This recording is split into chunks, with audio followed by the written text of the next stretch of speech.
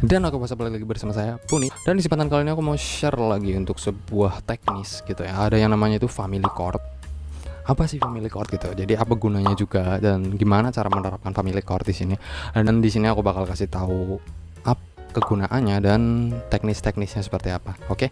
Buat kalian yang baru mampir ke channel ini, jangan lupa untuk klik tombol subscribe-nya dan nyalain loncengnya biar kalian gak ketinggalan update-update video terbaruku di channel ini. Dan tinggalkan juga like-nya, oke? Dan langsung aja ke pembahasannya. Dan family chord itu adalah sebuah nama gitu. Family itu kan keluarga, chord itu adalah kunci-kunci gitarnya atau chordnya gitu. Jadi apa itu sih family chord? Jadi family chord itu adalah susunan tangga nada gitu ya pada sebuah akord tertentu gitu. Misal ada C, ada A gitu. Jadi kalian bisa tahu tuh apa namanya susunannya atau keluarganya itu siapa aja gitu ya. Jadi ada si C, ada si D minor, ada C minor gitu, dan itu adalah arti dari family chord.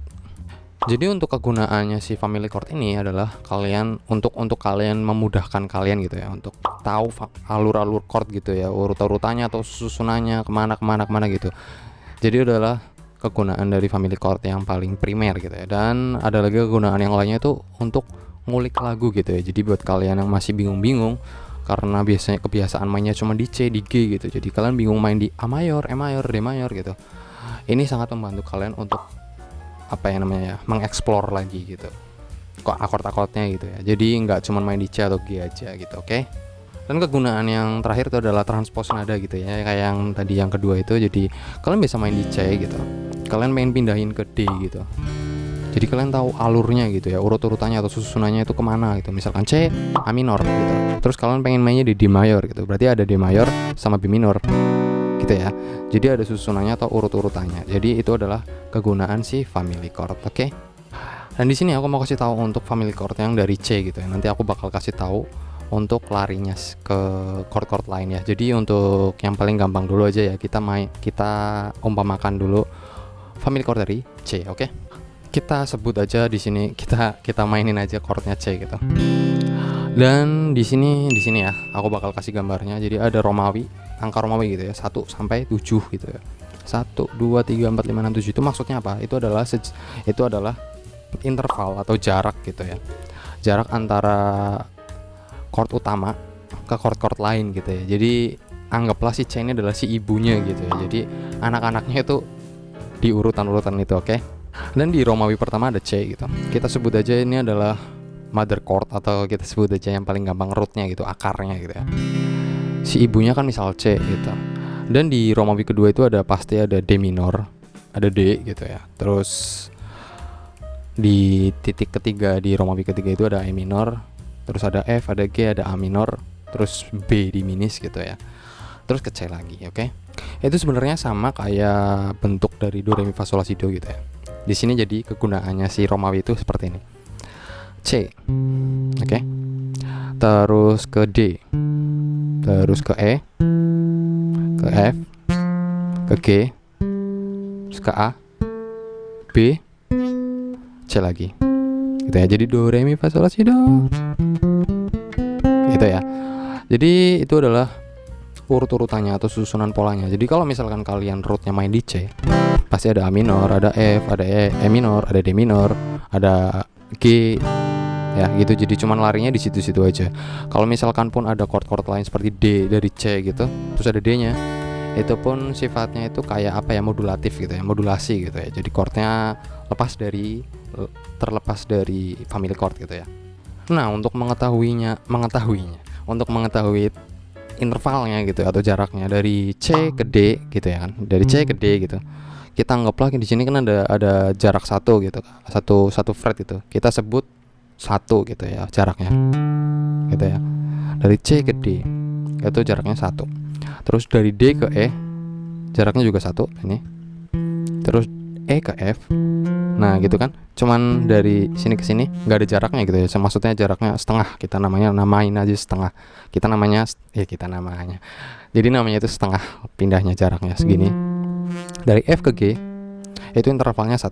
Dari G ke A intervalnya juga 1. Dari A ke B intervalnya juga 1. Dan B ke C intervalnya setengah, oke? Jadi 1 setengah, 1 setengah, 1 lagi terus setengah, Oke, kita ulangin.